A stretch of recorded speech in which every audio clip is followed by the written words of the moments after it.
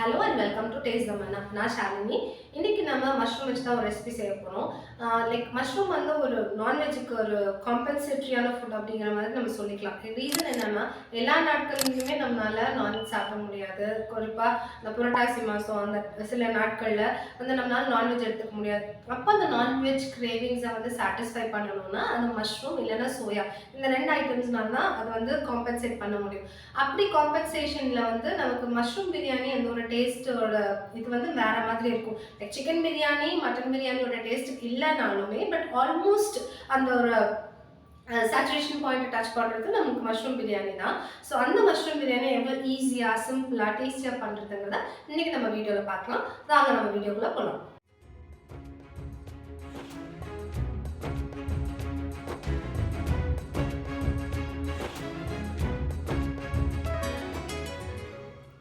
இப்போ நம்ம பிரியாணி செய்கிறதுக்கு அரிசி ஊற வச்சிடலாம். நான் சீரக சம்பா அரிசி எடுத்திருக்கேன். 1 டம்ளர் சீரக சம்பா அரிசி எடுத்து ஊற வச்சுருக்கேன்.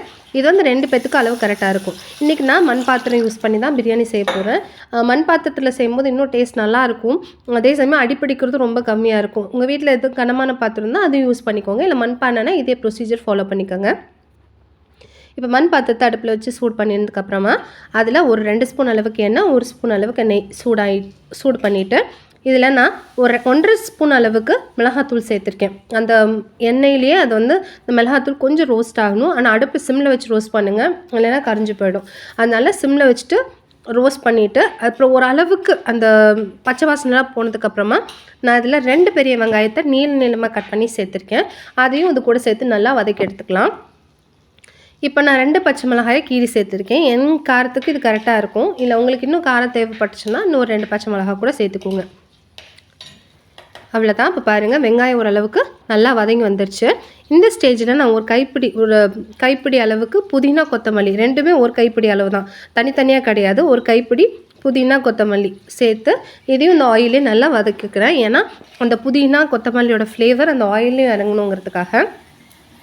இப்போ ஒரு மிக்சி ஜாரில் நான் ஒரு 3 ஸ்பூன் அளவுக்கு இஞ்சி பூண்டு பேஸ்ட்டு, ஒரு கைப்பிடி புதினா, ஒரு கைப்பிடி கொத்தமல்லி இதை சேர்த்து நல்லா ஒரு ஃபைன் பேஸ்ட்டை அரைச்சி எடுத்துக்க போகிறேன். ஏன்னா இப்படி நீங்கள் அரைச்சி சேர்த்திங்கன்னா டேஸ்ட் இன்னும் சூப்பராக இருக்கும். பிரியாணி வந்து ரொம்ப ஃப்ளேவர்ஃபுல்லாக இருக்கும். இப்போ பாருங்கள், வெங்காயம் நல்லா வதங்கிடுச்சு. இந்த ஸ்டேஜில் வந்து நான் அந்த இஞ்சி பூண்டு கொத்தமல்லி புதினா பேஸ்ட்டு சேர்க்குறேன். இப்போ இதோட பச்சை வாசனை போகிற வரைக்கும் நல்லா வதக்கி எடுத்துக்கலாம். இப்போ வதங்கிட்டுருக்கு. சிம்மில் வச்சே செய்யுங்க, இல்லைன்னா கரிஞ்சு போயிடும்.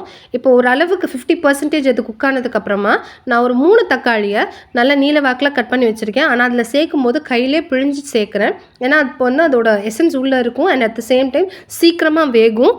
அதனால் அந்த இதெல்லாம் சீக்கிரம் வேகும், உங்களுக்கு வந்து குயிக்காக அந்த ஒர்க் ப்ராசஸ் நடக்கும். அதுக்காக நான் கையிலே பிழிஞ்சு அந்த தக்காளியை சேர்க்குறேன். இப்போ அந்த தக்காளியோடு சேர்த்து அந்த மசாலாவும் நல்லா வேகணும். இப்போ நல்லா ஒரு தொக்கு பதத்துக்கு வரணும். இந்த ஸ்டேஜில் நான் ஒரு 2 ஸ்பூன் அளவுக்கு கரம் மசாலா சேர்க்குறேன். இல்லை உங்கள்கிட்ட பிரியாணி மசாலா இருந்ததுன்னா பிரியாணி மசாலா கூட நீங்கள் சேர்த்துக்கோங்க. இதில் அதிகமான பொருட்கள் எதுவும் சேர்த்து நான் காம்ப்ளிகேட் பண்ணாமல் ரொம்ப சிம்பிளாக தான் நான் இன்க்ரீடியன்ட்ஸ் யூஸ் பண்ணி பண்ணுறேன். இப்போது இந்த நல்லா தொக்கு பதத்துக்கு வந்துடுச்சு இந்த பிரியாணி மசாலா. இந்த ஸ்டேஜில் நான் ஒரு 100 கிராம் அளவுக்கு மஷ்ரூம்ஸை நல்லா கழுவி கட் பண்ணி சேர்க்குறேன்.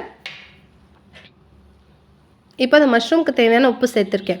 1 ஸ்பூன் அளவுக்கு உப்பு சேர்த்துருக்கேன். ஏன்னா நம்ம அதுக்கப்புறம் நம்ம மறுபடியும் இந்த ரைஸ்க்காக உப்பு சேர்க்க போகிறோம். அதனால் நீங்கள் அளவாக சேர்த்துக்கிட்டிங்கன்னா கரெக்டாக இருக்கும். ஏன்னா மஷ்ரூம்ஸ் வந்து ரொம்ப ஷ்ரிங்க் ஆகும். ஸோ நீங்கள் இந்த அளவில் மஷ்ரூமை பார்த்துட்டு நீங்கள் சேர்த்துட்டிங்கன்னா அட் டைம்ஸ் இட் டிசீவ்ஸ். அதனால் நீங்கள் கொஞ்சமாக ஃபஸ்ட்டு சேர்த்து அதுக்கப்புறம் தேவைப்பட்டால் நீங்கள் சேர்த்துக்கலாம். நான் இது கூடயே 1 ஸ்பூன் அளவுக்கு மிளகுத்தூளும் சேர்த்துருக்கேன். எனக்கு மிளகோட காரமும் பிடிக்குங்கனால மிளகுத்தூள் சேர்த்துருக்கேன். மிளகாய் இல்லை மிளகுத்தூள். இப்போ இதை சேர்த்து கொஞ்சம் ஒரு 1 மினிட் நல்லா கலந்து விட்டதுக்கப்புறமா நான் ஊற வச்சுருக்க அரிசியை இதில் சேர்த்து ஒரு 1 மினிட் இந்த வந்து அரிசியை இந்த மசாலா கூட நல்லா பரட்டி விட்டுக்கலாம். இப்படி நீங்கள் செஞ்சிங்கன்னா நல்லா உங்களுக்கு பிரியாணி உதிரியாக வரும். இப்போ பாருங்கள், நல்லா அரிசி ஓரளவுக்கு அந்த மசாலாவை கொஞ்சம் வறுத்து எடுத்துகிட்டு நான் 1 டம்ளர் அரிசிக்கு 2 டம்ளர் அளவுக்கு தண்ணி சேர்த்துருக்கேன். நல்லா சுடு தண்ணி சேர்த்துருக்கேன். இப்போது அந்த தண்ணி நல்லா பாயில் ஆகட்டும். இப்போ பாருங்கள், தண்ணி நல்லா கொதிச்சுட்டு இருக்குது. இப்போ இந்த ஸ்டேஜில் இந்த அரிசிக்கு தேவையான உப்பு நான் சேர்க்குறேன். இப்போ நான் ஒரு 3/4 ஸ்பூன் அளவுக்கு உப்பு சேர்த்துருக்கேன்.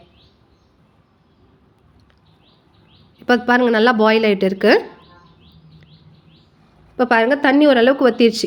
இது வரைக்கும் நீங்கள் ஹை ஃப்ளேமில் வச்சு குக் பண்ணிக்கோங்க. இந்த ஸ்டேஜில் நான் அதே மாதிரி தான் ஒரு கைப்பிடி அளவுக்கு புதினா கொத்தமல்லி, அதாவது ஒரு கைப்பிடி புதினா ஒரு கைப்பிடி கொத்தமல்லி அல்ல, ஒரே கைப்பிடி அளவுக்கு புதினா கொத்தமல்லி சேர்த்துட்டு நல்லா ஒரு மிக்ஸ் கொடுத்துட்டு சிம்மில் வச்சுட்டு மூடி போட்டு அதுக்கு மேலே ஒரு பாத்திரத்தில் தண்ணி ஊற்றி வைக்கிறேன். இது ஏன் அப்படின்னா இந்த வாட்டர் வேப்பர் மேலே வரும் இல்லையா, அந்த வாட்டர் வேப்பர் அப்படியே கண்டென்ஸ் ஆகி உள்ளே இறங்கி அந்த பிரியாணியோட வேகிறதுக்காக தான் இந்த ப்ராசஸ். இதில் நான் தோசைக்கல் அந்த மாதிரி ப்ரொசீஜர்லாம் எடுத்துக்கல. இந்த மண் பாத்திரத்தை அடுப்புலேருந்து இறக்காமல் அப்படியே செய்கிறேன். இப்போ பாருங்கள் தண்ணி ஓரளவுக்கு நல்லா வற்றிருச்சு. ஆனால் இன்னும் பிரியாணி வேகணும். ஸோ இன்னும் ஒரு 10 மினிட்ஸ் இல்லைனா 15 மினிட்ஸ் நீங்கள் தம் கொடுத்து வேக வச்சிங்கன்னா பிரியாணி சூப்பராக ரெடி ஆகிட்டு வந்துடும். பாருங்கள் மறுபடியும் தட்டு வச்சுட்டு அதுக்கு மேலே பாத்திரத்தில் தண்ணி ஊற்றி வச்சுட்டு ஒரு 15 மினிட்ஸ் நான் விட்டுட்டேன். இப்போ நம்ம பிரியாணி இறக்கி வச்சிடலாம். அவ்வளோதான், பிரியாணி நமக்கு தலை ரெடி ஆகிடுச்சு. இதுக்கு இடையில நான் எதுவும் கலரையெல்லாம் நான் கொடுக்கல. அந்த 15 மினிட்ஸ் தம் கொடுத்ததை டிஸ்டர்ப் பண்ணாமல் அப்படியே வச்சு இறக்கணும் தான். இப்போ பாருங்கள் சாப்பாடு சூப்பராக ரெடி ஆகிடுச்சு. இதோட டேஸ்ட்டு பார்க்கும் தாவாக இருக்கும். நீங்களும் வீட்டில் ட்ரை பண்ணி பாருங்கள். வீடியோ பிடிச்சா சப்ஸ்கிரைப் பண்ணுங்கள்.